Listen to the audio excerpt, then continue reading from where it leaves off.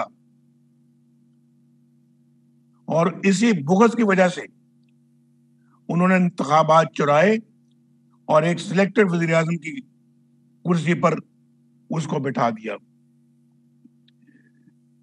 اس selected نے 2.5 برس میں ملک کا جو حال کر دیا ہے وہ میری بہنوں اور بھائیوں آپ کے سامنے ہے۔ آج اس اہم اجلاس کو بلانے اور آپ سے گفتگو کرنے کا مقصد آپ کے حوصلے اور ہمت کو داد دینا ہے کہ اس جدوجہد کے پہلے مرحلے میں آپ الحمدللہ کامیاب ہو چکے ہیں، اور ووٹ کو عزت دو کا پہلا نعرہ جانتے ہیں، آپ کو یاد ہوگا کہ مسلم لیگ نون کے پلیٹ فارم سے لگا۔ اس نعرے کے امین اور محافظ ہیں۔ آپ کی محنت اور پرعزم کردار کی وجہ سے آج یہ نعرہ 22 کروڑ عوام کے دل میں گھر کر چکا ہے۔ عوام نے ضمنی انتخابات میں اپنا اندیا دے دیا ہے۔ یہ حکومت عوام کے مسائل حل کرنے میں ناکام ہو چکی ہے، اور دھاندلی کی پیداوار سلیکٹڈ حکومت کی ڈسکا میں ایک بار پھر دھاندلی کی کارروائی آنکھیں کھولنے کے لیے کافی ہے۔ جہاں پریزائڈنگ افسران کو اغوا کر لیا گیا، تھیلوں کو جعلی ووٹوں سے بھر دیا گیا، اغوا شدہ پریزائڈنگ افسروں کے پولنگ اسٹیشن میں ووٹنگ کی شرح 35% سے بڑھ کر 85% کر دی گئی۔ اندازہ کریں آپ، 2018 الیکشن چوری کا طریقہ واردات ڈسکا میں پھر دہرایا گیا، جسے پارٹی کے بہادر جانثار کارکنوں نے انکلوڈنگ رانا ثناء اللہ شدید دھند کے باوجود ان کو رنگے ہاتھوں پکڑ لیا۔ یہ آپ کے عزم، آپ کی ہمت اور جرات سے ممکن ہوا کہ اب پوری قوم جان چکی ہے کہ 2018 کے انتخابات کو بھی اسی طرح چوری کیا گیا۔ پاکستان کا بچہ بچہ جان چکا ہے کہ کیسے چند آئین شکنوں نے فیصلہ کیا کہ ایک ایسے مورے کو جتوانا ہے جس سے وہ اپنی مرضی کی چالیں چل سکیں، لہذا ووٹ چوری کر کے ایک نااہل اور نا تجربہ کار اور نالائق آدمی کو قوم کے سروں پر مسلط کر دیا گیا۔ ان آئین شکنوں نے جو کیا ہے، آج 22 کروڑ عوام ان سے پوچھ رہی ہے کہ کیوں ترقی کرتا ہوا، آگے بڑھتا ہوا پاکستان برباد کر دیا گیا، کیوں خوشحالی کا پہیہ جام کیا گیا، اور کیوں ان کے بچوں سے نوالا چھین کر فاقوں کی طرف دھکیلا گیا، کیوں ان سے روزگار چھینا گیا، کیوں بجلی کے ریٹ دگنے سے بھی مہنگے کر دیے گئے۔ وہ بجلی کا بل کہاں سے دیں؟ عوام سوال پوچھ رہی ہے کہ کیوں پاکستان کو غربت، مہنگائی، بے روزگاری اور بدامنی کی گہری کھائی میں پھینک دیا گیا۔ سوال پوچھ رہی ہے پاکستانی قوم اور پاکستان کے غریب عوام کہ آٹا، چینی، گھی، دالوں اور سبزیوں جیسی بنیادی ضروریات زندگی کی قیمتیں کیوں دگنی ہو گئی ہیں؟ اور سوال پوچھ رہے ہیں وہ والد، وہ والدہ، وہ والدین جن کے بچے دوائی نہ ملنے سے بلک بلک کر مر گئے، اور مر رہے ہیں. سوال پوچھ رہے ہیں وہ بے بس ماں باپ جن کے پاس بچوں کی فیسیں ادا کرنے کے لیے پیسے نہیں ہیں. سوال پوچھ رہے ہیں ڈگریاں جلاتے ہوئے وہ نوجوان جن کو 1 کروڑ نوکریوں کا جھانسا دیا گیا. سوال پوچھ رہے ہیں 50 لاکھ گھروں کے انتظار میں بیٹھے ہوئے لوگ کہ وہ گھر کہاں ہیں. ایک طرف واٹس ایپ پر JIT بنا کر جھوٹے مقدمات بنتے ہیں.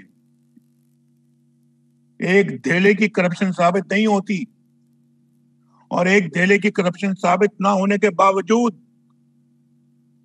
بیٹے سے فرضی تنخواہ لینے پر وزارت سے فارغ کر دیا گیا. اور دوسری طرف بلین ٹری معلم جبہ اور BRT منصوبہ قوم کے اربوں روپے ہڑپ کر گئے. فارن فنڈنگ میں رسیدیں مانگی گئی تو خاموشی. علیمہ خان کی اربوں کی جائیداد کی رسیدیں مانگی گئی، خاموشی. بنی گالا اور زمان پارک کی رسیدیں مانگی گئی،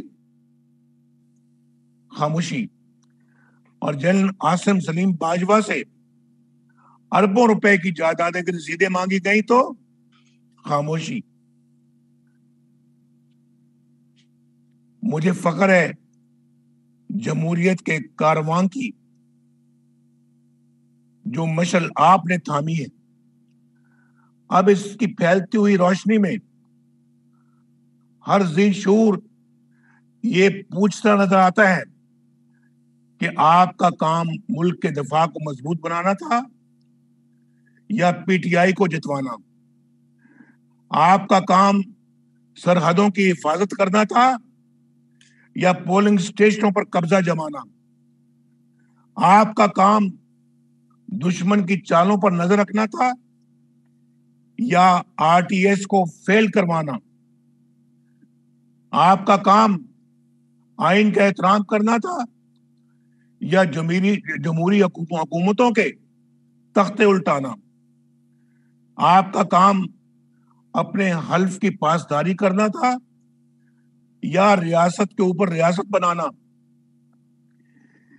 میرے بھائی اور بہنوں، پاکستان کو اگر حقیقی جمہوریت کے راستے پر ڈالنا ہے، اگر یہاں آئین کی حکمرانی ہونی ہے، اگر یہاں سارے معاملات مہذب جمہوری ممالک کی طرح دستور کے مطابق چلنے ہیں، تو ان قوتوں کو اپنا رویہ تبدیل کرنا ہوگا جو جمہوریت اور ریاستی نظام کو بار بار پاؤں تلے رونتے ہیں.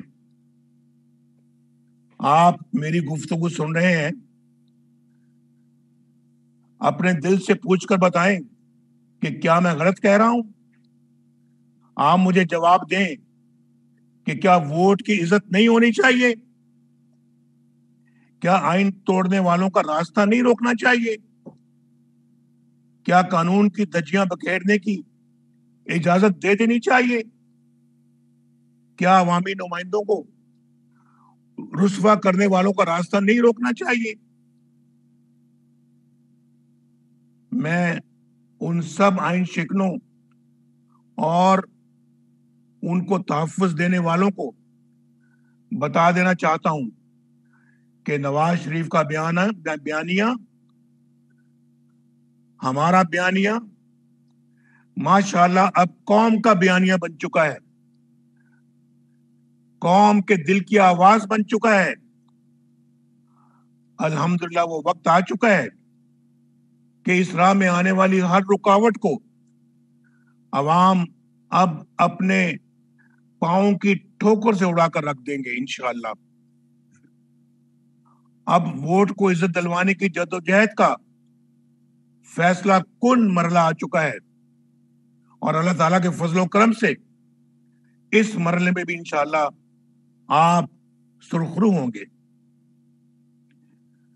آپ سب ماشاءاللہ عوامی نمائندے ہیں، آپ عوام سے براہ راست رابطے میں رہتے ہیں. آپ سے بہتر بھلا کون جان سکتا ہے کہ عوام کی حالت زار کیا ہے؟ یہ حالت دیکھ کر مجھے بہت دکھ ہوتا ہے.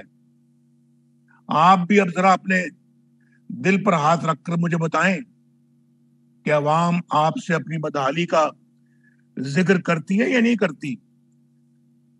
کیا آپ ان کے چہروں پر پھیلی مایوسی دیکھتے ہیں یا نہیں دیکھتے؟ اس نااہل حکومت نے جو مہنگائی کا بازار گرم کر رکھا ہے، جہاں عام آدمی کا جینا دوبر ہو چکا ہے، پیٹرول اور بجلی کے نرخوں میں ہر چند دن کے بعد اضافہ نے عوام کو کچل کے رکھ دیا ہے. اور جب مہنگائی کے ستائے دہائی دیتے ہوئے سرکاری ملازمین تنخواہیں بڑھانے کا مطالبہ کرتے ہیں تو یہ ظالم ان پر ایکسپائرڈ آنسو گیس کے شیل پھینکتے ہیں اور ان کو جان سے مار دیتے ہیں. ایسے انتظامی ذمہ داروں کے خلاف قتل کا مقدمہ درج ہونا چاہیے. آپ نہیں کریں گے، ہم کریں گے انشاءاللہ. کیا آپ کے حلقے کے عوام، آپ کے ووٹر آپ سے یہ سوال نہیں پوچھتے کہ وہ اس مہنگائی کے طوفان میں اپنے بال بچوں کو کھانا کہاں سے کھلائیں، ان کی ضروریات زندگی کیسے پوری کریں؟ ایک پیج پر ہونے کا دعویٰ کرنے والے عوام کو ذرا بتائیں کہ کیا ان کے ایک پیج پر ہونے سے غریب کا پیٹ بھرا؟ آپ سب میرے ساتھی اور دست و بازو ہیں. آپ بھی اب اس فیصلہ کن مرحلے کے لیے تیار ہو جائیں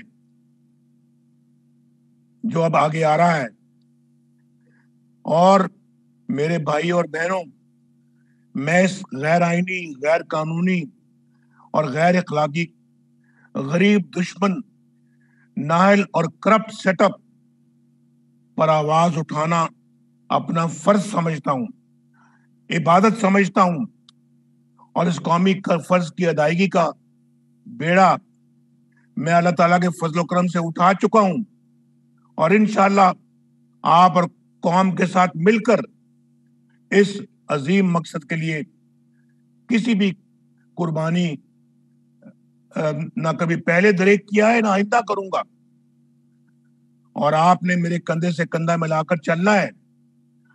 یہ وقت کمزوری دکھانے کا نہیں ہے، بلکہ دلیری کے ساتھ آگے بڑھنے کا ہے.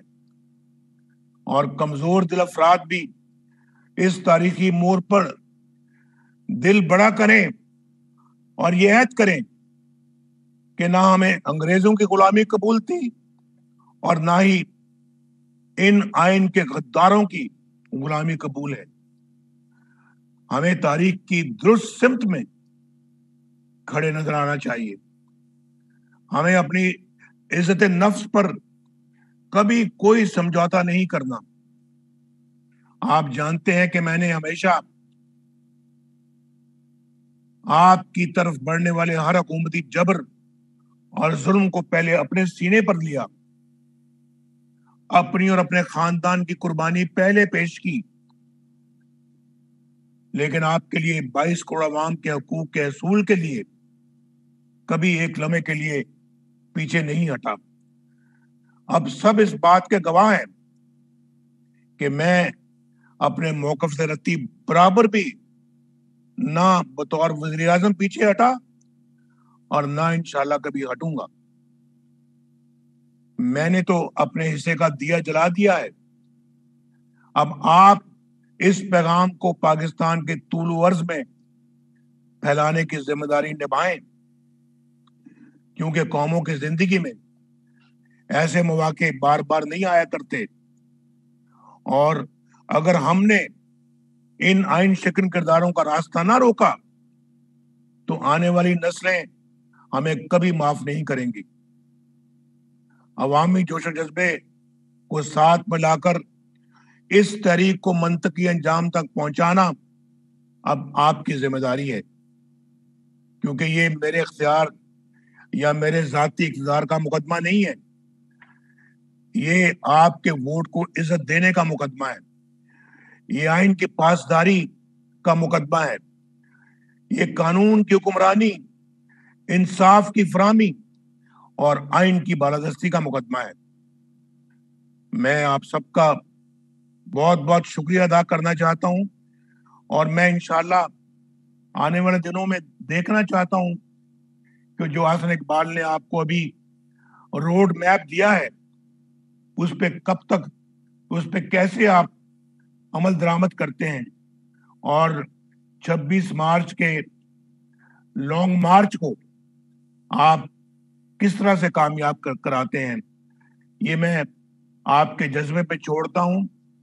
انشاءاللہ تعالی مجھے یقین ہے کہ آپ کی محنت اور آپ کے کوششیں ضرور رنگ لائیں گی، اور پاکستان بدلے گا انشاءاللہ، اور پاکستان کو جو یہ بیماریاں لگی ہوئی ہیں، ان سب بیماریوں سے ہم جان چھڑانے میں کامیاب ہو جائیں گے، اور انشاءاللہ میں آپ کے قدم سے قدم ملا کر چلوں گا، آپ نے میرے قدم سے قدم ملا کے چلنا ہے۔ پاکستان پائندہ باد۔